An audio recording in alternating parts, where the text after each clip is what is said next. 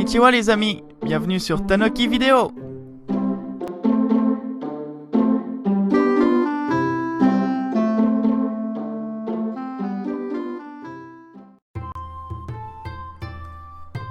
Pour mon premier épisode sur YouTube, je vais vous parler de la ville d'Osaka. Pourquoi? Simplement car j'y vis et donc c'est un bon sujet pour commencer.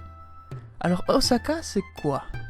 En résumé, Osaka est la deuxième plus grande ville du Japon, se trouvant dans la région du Kansai et compte environ 8 millions d'habitants. Cette ville a été bâtie vers le 3e siècle. Son port constitue un rôle fondamental dans son développement et le contact avec les pays voisins tels que la Corée et la Chine. Osaka fut la capitale de l'Empire japonais durant presque un siècle, entre le 7e et le 8e siècle.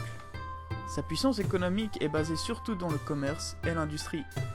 Pour citer des exemples, voici quelques fameuses entreprises d'Osaka.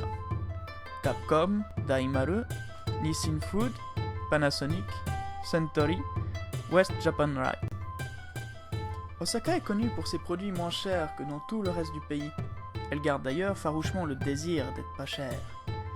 Ses lieux les plus connus sont les quartiers d'Umeda, de Namba et de Tennoji, son Universal Studio, son aquarium, qui est l'un des plus grands du monde, abritant sans autre un requin-baleine. Je vous laisse imaginer la grandeur. Et évidemment, son magnifique château, construit en 1583, qui a souffert durant un important siège, mais qui a été rénové, et vous aurez un énorme plaisir à vous promener dans les jardins et le château. Je parlerai dans une autre vidéo du genre de top 10 de choses à voir et à faire dans cette ville. Niveau culinaire, Osaka est connu pour ses takoyaki, okonomiyaki, shabu-shabu et bien d'autres. Ces quartiers très différents les uns des autres, on peut s'y promener durant des heures sans jamais se lasser. Niveau langue, ici on parle pratiquement seulement le japonais. Mais attention, car les citoyens d'Osaka parlent le Kansai Ben, un dialecte type de la région du Kansai, donc surtout d'Osaka. Si vous êtes jeune et peu d'argent, mais motivé à aller étudier au Japon, je vous conseille Osaka, beaucoup moins cher que Tokyo, et ayant un grand choix d'écoles de langue compétentes. Actuellement, j'étudie dans l'une d'elles, et je peux vous dire que c'est efficace. Comment le prouver? Regardez, en bas, les sous-titres créés de mes petits doigts, les traductions de mon texte en japonais. Pas mal, non? Bon, je suis quand même aidé. J'espère d'ailleurs que mes amis nippons comprendront ce qui est noté. Bref, après cette publicité non rémunérée, malheureusement, je dois quand même vous avertir que Osaka est nommée la ville la plus dangereuse du Japon. Mais bon, je vis ici depuis quelques mois et je peux vous dire que, même dans les quartiers dits chauds, le danger est le même que quand vous vous promenez dans un supermarché. Faites quand même attention quand vous allez dans un restaurant et qu'on vous propose du poulet à moitié cuit. Je n'ai pas encore testé, mais c'est quand même un peu dangereux, non ?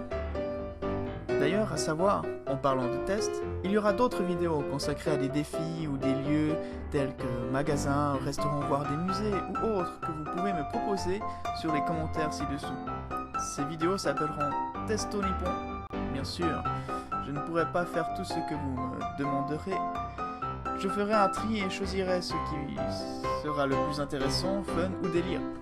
La chaîne principale sera surtout du même genre que cette vidéo, un concentré d'histoire et de culture. Il y aura également des autres petites vidéos d'un genre de top 10 qui se nommera simplement Top 10.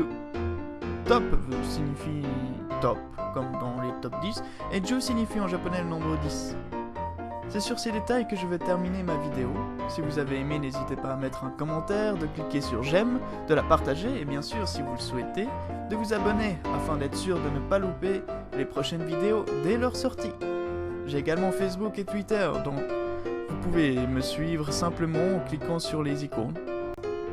Je vous dis à bientôt, sayonara les amis!